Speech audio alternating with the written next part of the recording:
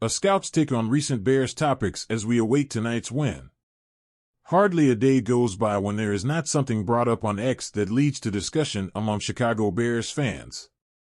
I always take note of these topics as they can usually give me something to write about.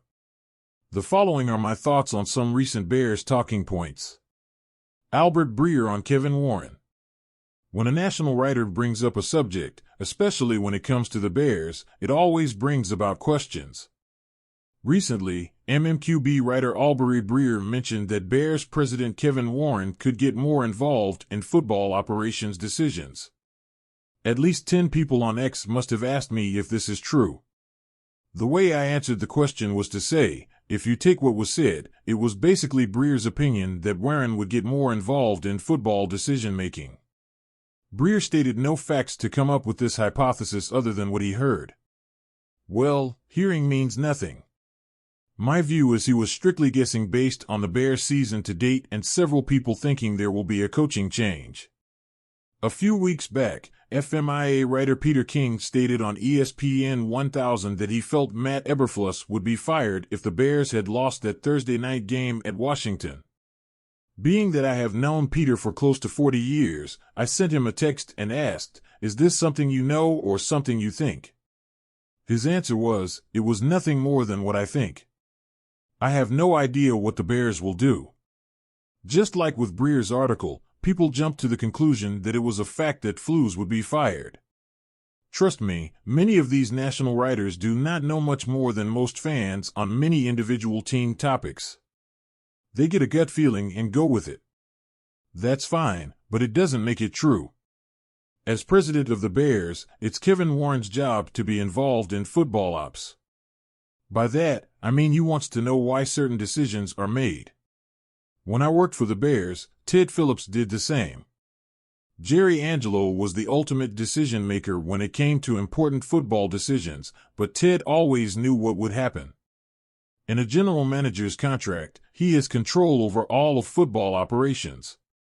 As such, he makes the final decision. Could Kevin Warren want to be more involved in the decision-making process? Sure, that is his contractual right, but still, the final decisions come from the general manager. Many fans feel Jim Harbaugh will be the next head coach of the Bears. Don't count me as being in that group. In fact, Harbaugh would be the last person I would want to be the Bears head coach. I don't care what kind of a job he did in San Francisco, that was close to 10 years ago. The game has changed, and so has he. I personally don't feel today's NFL player would respond to Harbaugh's personality. If we look at the facts, Harbaugh has been just about begging to return to the NFL for the last 2 or 3 coaching cycles. He has been interviewed, and the fact remains that no team wanted him. He felt he had the Minnesota job locked up, and that wasn't close to being true. He wasn't even the favorite for the job. 2 years ago, Harbaugh lobbied to be interviewed for the Bears head coaching job. He did not receive one.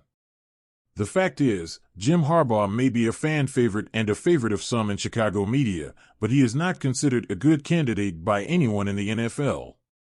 He has been involved in several controversies while at Michigan, with some being recruiting violations and, more recently, a cheating controversy. The Big Ten and the university have already suspended Harbaugh twice for these infractions, but the NCAA has yet to act, and when they do, there could very well be more suspensions. If, in fact, the NCAA does suspend Harbaugh, he will not be able to take an NFL job while under suspension. There is precedent in the league going back years of not allowing a coach under suspension to avoid that suspension by coaching in the NFL.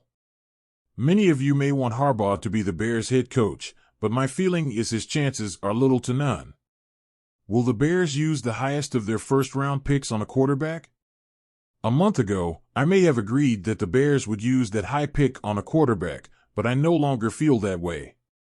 First, the 2 leading college quarterbacks, USC's Caleb Williams and North Carolina's Drake May, have not played well in the last month. The truth be told, Williams has been awful. There is no denying his talent or May's, but would they be an upgrade to Justin Fields? Right now, based on the way Fields has played his last 4 games, I don't think anyone can say that. The fact is, Justin Fields isn't the reason the Bears are losing. He has played well enough for the team to win several games. There are several other reasons as to why the Bears keep losing, and most lead to coaching decisions.